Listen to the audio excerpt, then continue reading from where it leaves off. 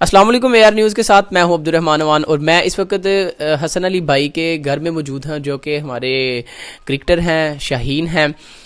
क्योंकि एक गलती होने के बाद हम ये नहीं कह सकते कि कोई बुरा बंदा है, क्योंकि गलती जो है वो इंसान से ही होती है। वो इंसान ही क्या जिससे गलती ना हो। मज़ीद क्या बना, क्या इनके ख़यालात हैं और किस तरह से हसन भाई की इनसे बात हुई और लोग क्या कहते हैं हसन भाई के बारे में, मज़ीद इनके वालिद साहब से जानते हैं। अस्सलाम वालेकुम जी। बिस्मिल्लाहिर्रहमानिर्रहीम। लोग जो मर्जी भी कहन ते हीरो हीरो ही रहिंदा है। जी बिल्कुल। जो मर्जी भी कहन हीरो हीरो ही रहिंदा है। अल्लाह की मेहरबानी नाल अगों भी हीरो ही रहेगा। तो फिर गलतियां मैं तो एडी कोई गलती नहीं समझदा। कैच तो दूसरी टीम को 3 कैच छुटे सन, अच्छे वो फील्डर भी अच्छे सन और बैट्समैन भी अच्छे सन, तो फिर भी उन्होंने को कैच छुट गए हैं। तो ये तो बैट्समैन नहीं, ये तो निरा बालर है, तो वाधा घाटा हो जाता है। तो एडी टेंशन अवाम ने क्यों लई है? अल्लाह की मेहरबानी नाल अगों किसी मैच खुश कर देगा इंशाअल्लाह। ये तो होंदा ही रहिंदा है। तो वाधा घाटा किसी वेले फार्म नहीं होंदी बच्चे की, तो ओरा ये मतलब तो नहीं ना कोई हीरो ही नहीं रहा। अल्लाह की मेहरबानी नाल मेरा बेटा हीरो है तो हीरो ही रहेगा। अच्छा, आप जनाब ये बताएं कि हसन अली भाई से आपकी क्या बात हुई? इस जो कैच छूटा, जो मैच के बाद आपकी कोई बात हुई उनसे?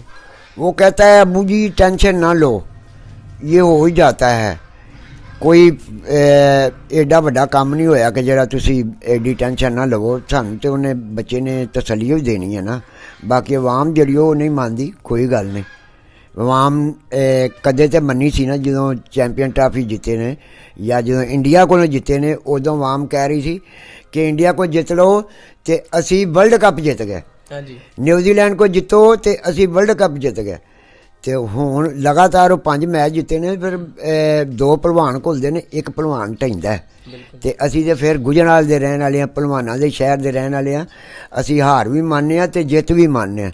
जित साडी बड़ी वड्डी हुंदी है, हार तो फिर हार ही हुंदी है ना। अच्छा अंकल, ये बताएं कि जो ट्विटर पे लोगों ने ट्रेंड चलाया, जो लोगों ने बुरा भला कहा हसन अली भाई को, आपके बेटे को, उसके बारे में आप क्या कहेंगे लोगों को? यार जेड़े भी बुरा भला भी कहते हैं, कोई गल नहीं, असी ये गल की टेंशन ही नहीं लेंदे। तो कोई भी गलती हो झिड़क तो होंदी है ना। तो वाधा घाटा होने लग्या कोई पता नहीं लगता। इंसान आप गलती का पुतला है, तो गलती तो इंसान कर ही लेंदा। तो वो कोई गल नहीं, सानू कोई मसला नहीं कि अवाम जो मर्जी कहे। साडा बेटा हीरो है पहले भी, तो हुण भी हीरो है, सारी टीम ही हीरो है। 11 दे 11 मेरे बेटे ने, तो 11 दे 11 हीरो ने।